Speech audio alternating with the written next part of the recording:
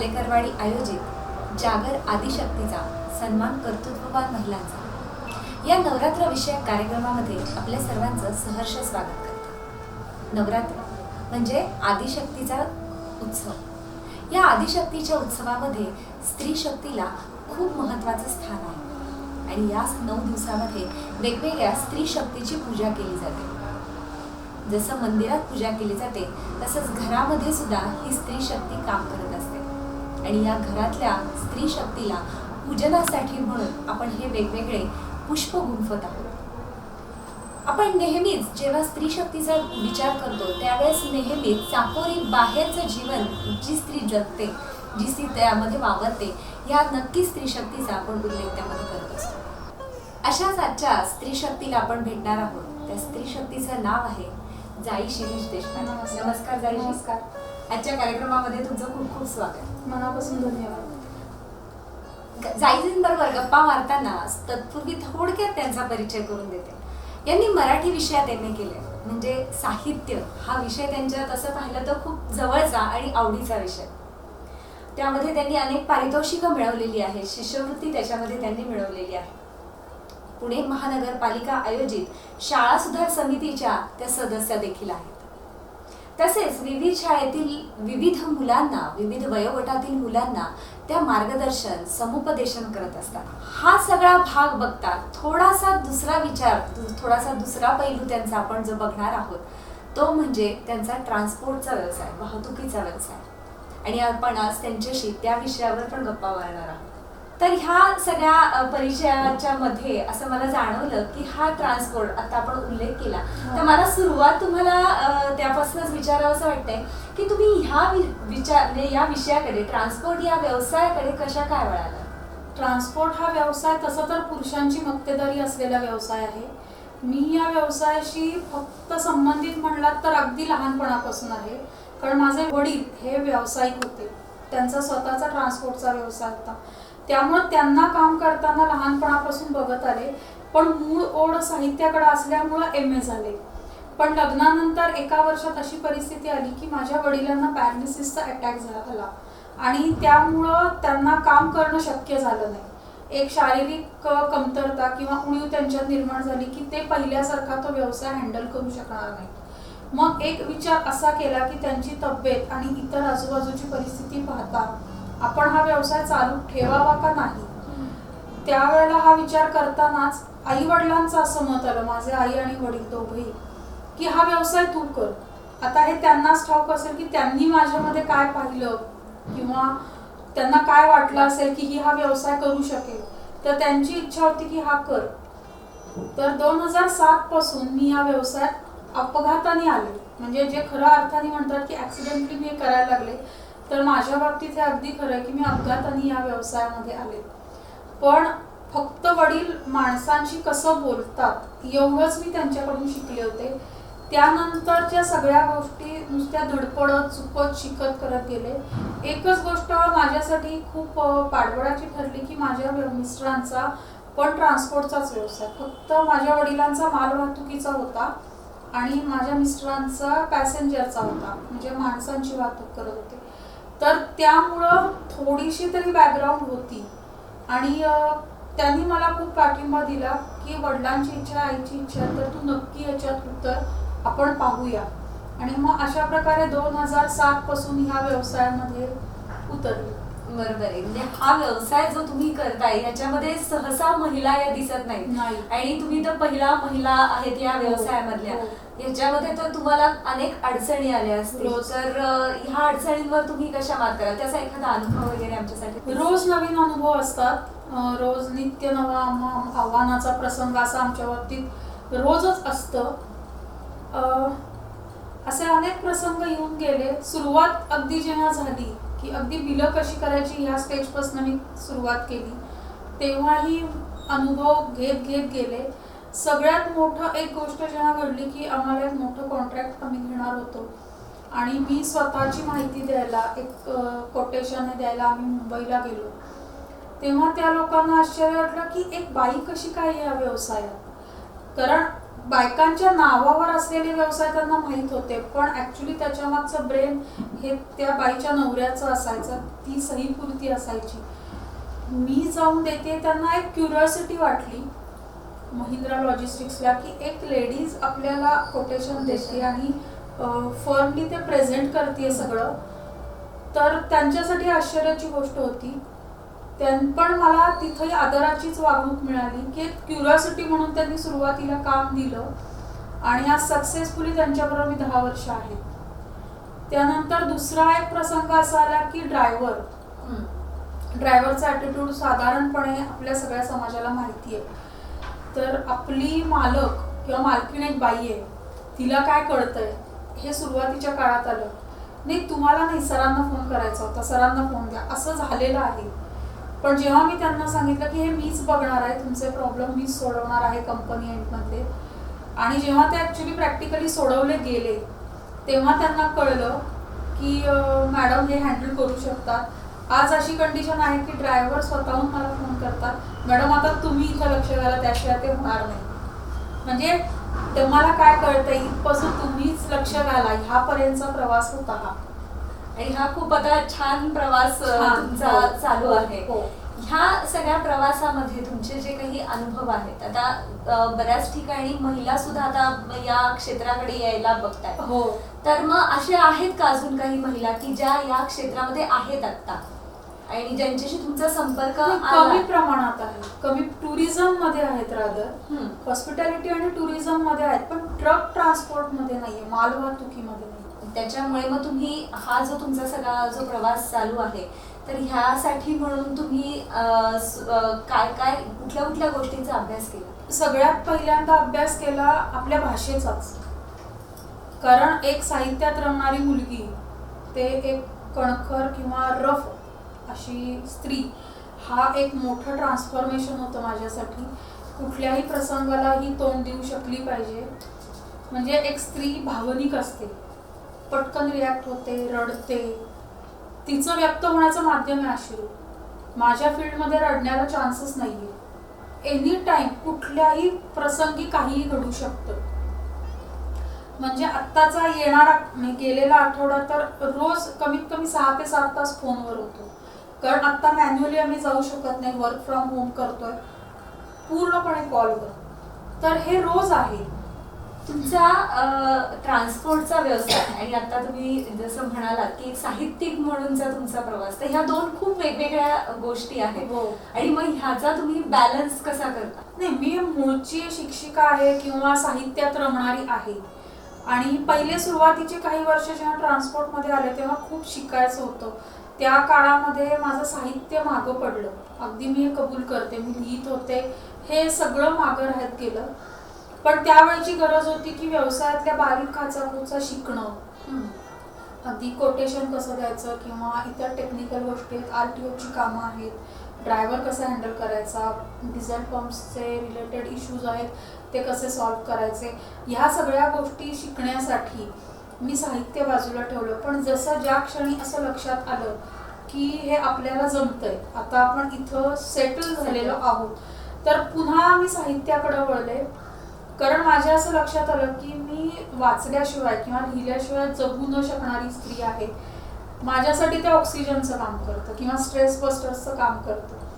म्हणून मग मी पूर्ण वेळ कुठल्याही कॉलेजमध्ये एंगेज होऊ शकत नव्हते. व्यवसायाचं व्याप्ती आमची 24 तास 7 दिवस अवेलेबल अशी आहे.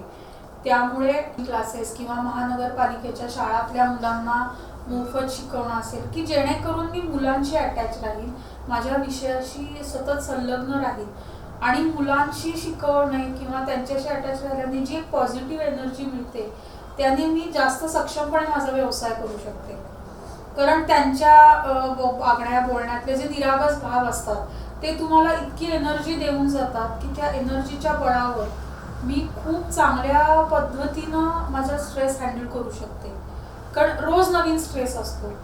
म्हणजे आपल्याला माहीतही नसतं की कॉल आता आला आहे तो कशा संदर्भात आहे, काही क्वेरी निर्माण झाली आहे, गाडी ब्रेकडाऊन झाली आहे, आपल्याकडे आता निसर्गाचा एवढा प्रकोप चालला आहे, त्याच्याशी रिलेटेड काही रस्त्यात प्रॉब्लेम निर्माण झाला आहे का, सर्व गोष्टी आहेत. तर ह्या सगळ्या गोष्टी पाहता मला साहित्य किंवा माझं शिकवणं, मुलांशी कनेक्ट असणं खूप मोठी एनर्जी देऊन जातं.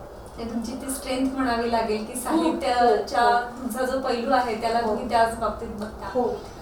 ऑन फील्ड तुमचं नक्की काम कसं असतं? हा, ऑन फील्ड म्हणजे माझ्या दोन एंड असतात आमच्याकडे, एक बायर एंड आणि सप्लायर एंड. बायर एंडला मी सर्व्हिस देते. सप्लायर एंडकडनं जो माल तयार होतो, माझ्याकडे मोस्टली कास्टिंग फोर्जिंग मटेरियल असतं जे लोखंडापासून बनवलेलं असतं. ते मटेरियल मला safely in any season buyer एंडला पोहोचवणं हे काम असतं. मग मटेरियल रेडी झालंय का नाही, आता जसं टेक्निकली सगळ्या गोष्टी बदलल्यात, ई-वे बिल रेडी झालंय का नाही, ती गाडी विदिन ट्रान्झिट आवर जे आमचं ॲग्रीमेंट असतं त्यात ती वेळेत पोहोचते का नाही, हे सगळं कॉल घेऊन कनेक्टेड राहणं. आणि नुसतं गाडी कंपनीत बायर एंडला आली म्हणजे जो विकत घेणारा आहे त्याच्या इथं येऊन नाही, ती परत अनलोड होऊन तिथून सेफली घरी जाणं. कारण ह्या सगळ्या ह्याच्यात मला ड्रायव्हर हा एक मोठा फॅक्टर सांभाळायचा असतो, त्याची मानसिकता सांभाळायची असते. त्यामुळे ह्या सगळ्या गोष्टींमध्ये मी आत्ता सध्या फोनवर कनेक्ट असते.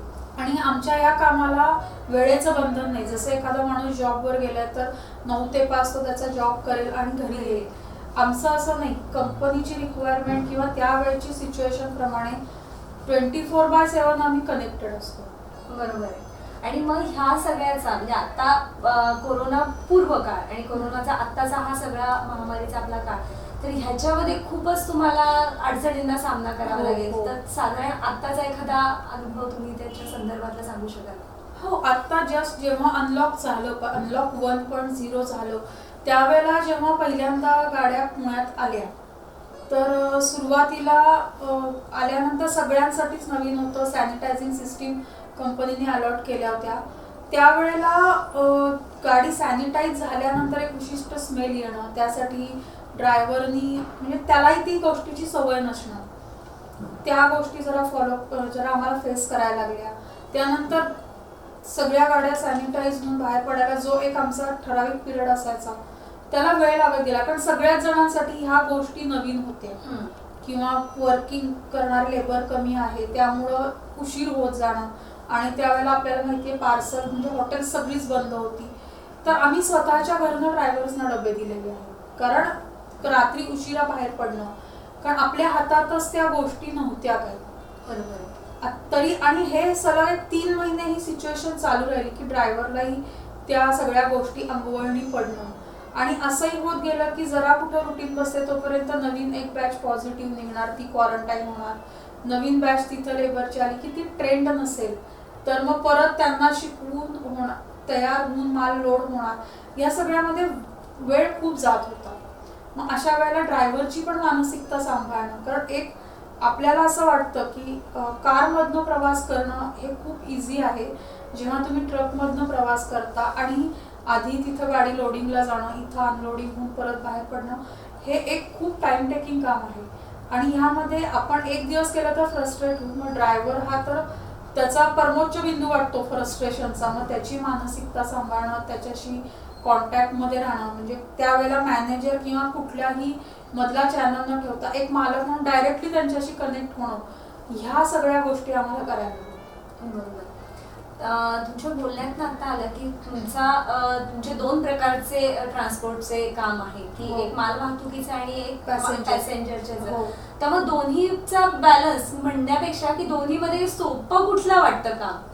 नाही, दोन्ही आपापल्या जागी अवघडच आहेत.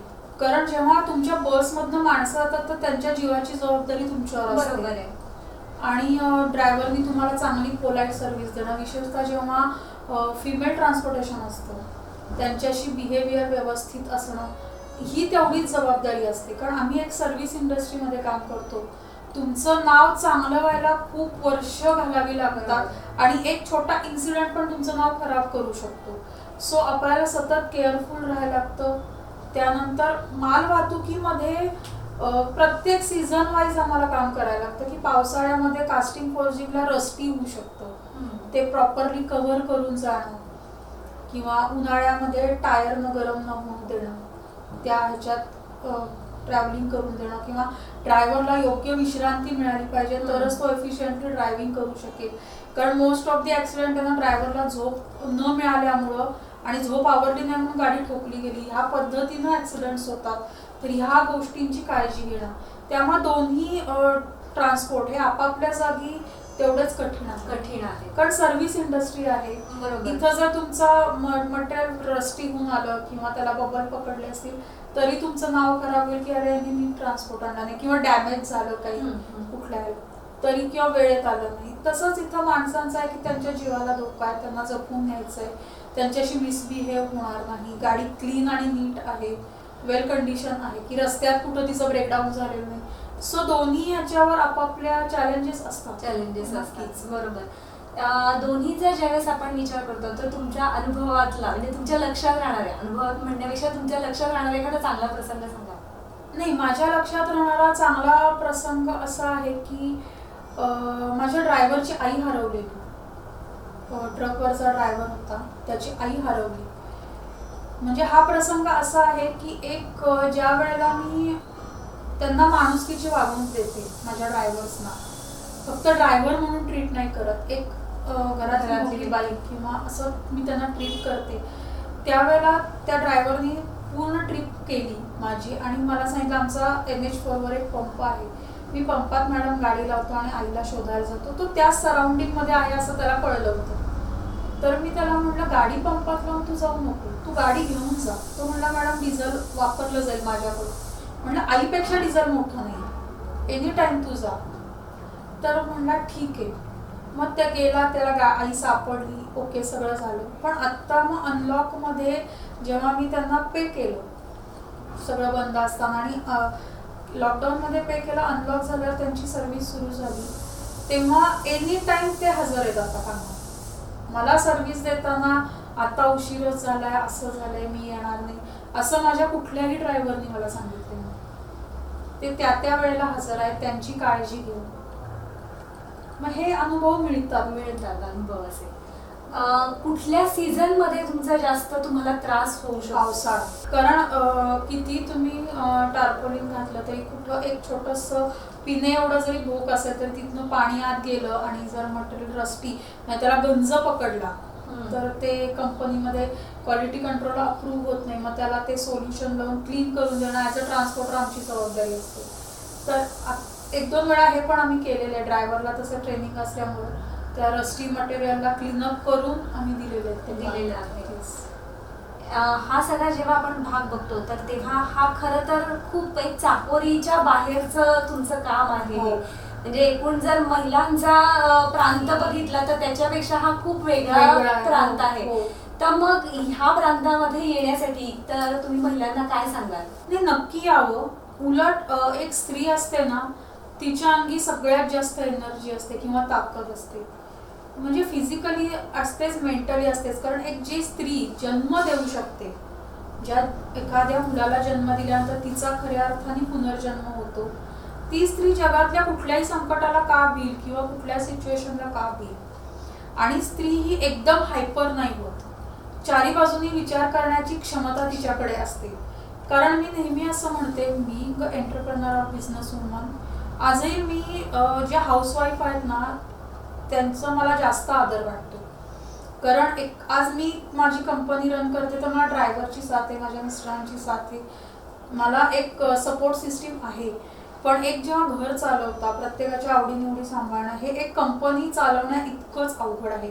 जर एक स्त्री हे एफिशियंटली करू शकत असेल तर ट्रान्सपोर्ट सारखा बिझनेस आहे ती तेवढ्याच एफिशियंटली करू शकते. आणि तिच्याकडे असणारा पेशन्स आणि सहनशक्ती हे या ट्रान्सपोर्टमध्ये खूप उपयोगाला येतात. म्हणजे जिभेवर साखर आणि डोक्यावर बर्फ, जे एक लग्न झालेली स्त्री प्रत्यक्ष आयुष्यात रोजच्या ह्याच्यात वापरत असते, ते स्किल ती इथं अगदी सहज वापरू शकते. एक स्त्री म्हणून मी ड्रायव्हरला व्यवस्थित हँडल करू शकते. आपण आपल्या मुलांवर ओरडतो, त्याच प्रकारे म्हणजे ड्रायव्हरकडनं चूक झाली तर मी त्यांना ओरडलेली पण आहे. असं काही नाहीये की मी फक्त गोडगोडच बोलते, भावनिकच त्यांच्याशी बोलते, असं नाही. जिथं त्यांची चूक आहे किंवा त्यांच्याकडनं मला इंटिमेशन देणं राहून गेलेलं आहे त्यावेळेला मी त्यांच्यावर त्या प्रमाणात रागवलेली पण आहे. मग हा बॅलन्स बाईला सहज करता येतो, कारण तिच्याकडे ती उपजत क्षमता असते. त्यामुळे जर मी असं म्हणेन सपोर्ट तुम्हाला मिळत असेल तर फक्त बॅक ऑफिसला न राहता महिलांनी या क्षेत्रात आवर्जून पुढे यावं.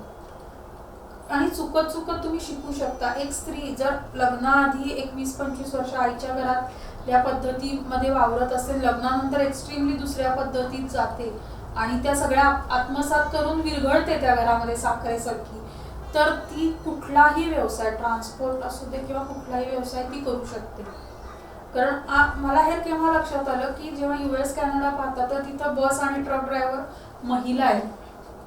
कारण सर्वाधिक स्वतःच्या मनावर ताबा असलेलं व्यक्तिमत्व जर पृथ्वी तलावर परमेश्वराने निर्माण केलं असेल तर ते स्त्री आहे. कारण आपण आज जेव्हा जागर आदिशक्तीचा म्हणतो तर शुंभ निशुंभ किंवा कैटभासारख्या दैत्याला मारण्यासाठी प्रत्यक्ष परमेश्वराला शेवटी स्त्री शक्तीचीच आराधना करावी लागली. म्हणजे शिव हा शक्तीशिवाय अपूर्ण आहे. त्यामुळे प्रत्येक स्त्रीला आपल्यातल्या शक्तीची किंवा एनर्जीची जाणीव नसते. त्याला आम्ही म्हणतो एक ऑरा तिचा जर जागृत झाला ना तर ती काहीही करू शकते. म्हणजे माझा हा वैयक्तिक अनुभव आहे की मी माझे इमर्जन्सी कॉल घेत पण पुरणपोळ्या करू शकते आणि कॉलवरही मी चुकीचं बोलत नाही, माझी पुरणपोळी फाटत नाही. हे दोन्हीही बॅलन्स करणं स्त्रीला सहज शक्य आहे. उलट मी तर म्हणते खूप इझिली होऊ शकतं. कारण स्विच ऑफ आणि स्विच ऑन करण्याची जी ताकद असते ती स्त्रीला सहज जमते. कारण वैवाहिक आयुष्यामध्ये कधी कधी इमोशनल प्रसंग येतात, पण समोर आलेल्या माणसाशी हसून बोलायचं तर ती आपले अश्रू परतावून पण ते करू शकते. त्यामुळे जर नवीन येणाऱ्या मुलींना ह्या क्षेत्रामध्ये यायचं असेल तर त्यांनी जरूर यावं. पहिलं स्त्रीनी स्वतःची शक्तीचं जाणीव ठेवली पाहिजे, तो आत्मविश्वास ठेवला पाहिजे. अरे आता काय होईल, मला जमेल का, हा प्रश्नच आला नाही पाहिजे. उलट मला जमेल हा एक सकारात्मक दृष्टिकोन ठेवून ती पुढे गेली तर तिला आसमान ठेंगणं आहे. पण आज आपण पाहतो राफेल सारखं जर विमान चालवत एक मुलगी भारतामध्ये आणू शकते तर मग अजून काय हवं. म्हणजे जिच्या हाती संपूर्ण संरक्षणाची दोरी आपण देऊ शकतो तर मग एक स्त्री ट्रकचा व्यवसाय का नाही करू शकत. उलट नवीन नवीन मुलींनी यावं, त्यांच्या नवीन आयडियाज इम्प्लिमेंट कराव्या. ह्या क्षेत्रात येण्यासाठी कुठल्या वेगवेगळ्या बाजूंनी या क्षेत्रात येता येईल मुलींना, म्हणजे कुठला अभ्यास म्हणा किंवा एकूणच कुठलं नॉलेज त्यांना असेल की ते या क्षेत्रात येण्यासाठी उपयोगी होईल. नाही, बेसिकली जर तुम्हाला ऑटोमोबाईल क्षेत्राचं नॉलेज असेल तर खूप फायदा होईल. टेक्निकल गोष्टींसाठी त्याचा नक्कीच फायदा होईल. मी त्या बाबतीत सुदैवी आहे की मला तो सपोर्ट माझ्या मिस्टरांकडून आहे. पण त्याखेरीज तुम्हाला आत्ताचे टॅक्सेशन्स काय चालू आहेत, RTO रूल्स काय आहेत किंवा कारण डॉक्युमेंट्स व्यवस्थित क्लिअर हवे जेव्हा तुम्ही रस्त्यावर गाडी आणता. इन्शुरन्स टर्म्स काय आहेत ह्या सगळ्या गोष्टींची माहिती हवी. किंवा फायनान्शियली तुम्ही जेव्हा लोन घेता तर तुमच्याकडे रिपेमेंटचा कोणता ऑप्शन आहे. एकदम गाडी घेतली आहे आणि आलोय असं नाही तर प्रॉपर तुमच्याकडं एक ॲग्रीमेंट आहे का, नवीन कुठलं काम आहे का.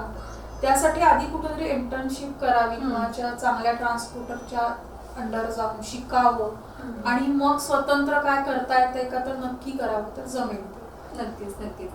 आपला हा जो कार्यक्रम आहे जागर आदिशक्तीचा आणि यामध्ये आपण ज्या कर्तृत्ववान महिलांचा आपला सन्मान करतो आपण, या सगळ्यामध्ये नवरात्राविषय आणि कर्तृत्ववान महिला हे दोन विषय ज्यावेळेस आपण बघतो तर आपल्या समोरच्या ज्या महिला आहेत तर त्यांच्यासाठी तुम्ही काय संदेश द्याल. नाही, उलट मी तर म्हणते ही खूप चांगली संकल्पना आहे की कर्तृत्ववान महिलांना तुम्ही लोकांसमोर आणताय. एक स्त्री दुसऱ्या स्त्रीला जेव्हा सांगते की अगं मी हे केलंय तर तिला आपोआप ती प्रेरणा मिळते की मी काहीतरी करेन. आणि नवरात्राच्या उद्देशाने जो सृजनाचा उत्सव आहे, एक आपण घटस्थापना करतो, मृत्तिकेत सप्तधान्य पेरतो, सृजन होतं. म्हणजे खऱ्या अर्थाने स्त्रीची शक्ती आहे ती. तर एक स्त्री एवढं सृजन करू शकते तर प्रत्येक स्त्रीनी स्वतःतल्या आदिशक्तीला आधी आठवावं, जागृत करावं, तिला निद्रित अवस्थेत ठेवू नये. मग तो आपण स्वतःची क्षमता ओळखत नाही, मग आत्मविश्वास कमी होतो. तर स्त्रीनी स्वतःतल्या आदिशक्तीला जागृत करून पुढे जावं असं तर मी नक्की सांगेन.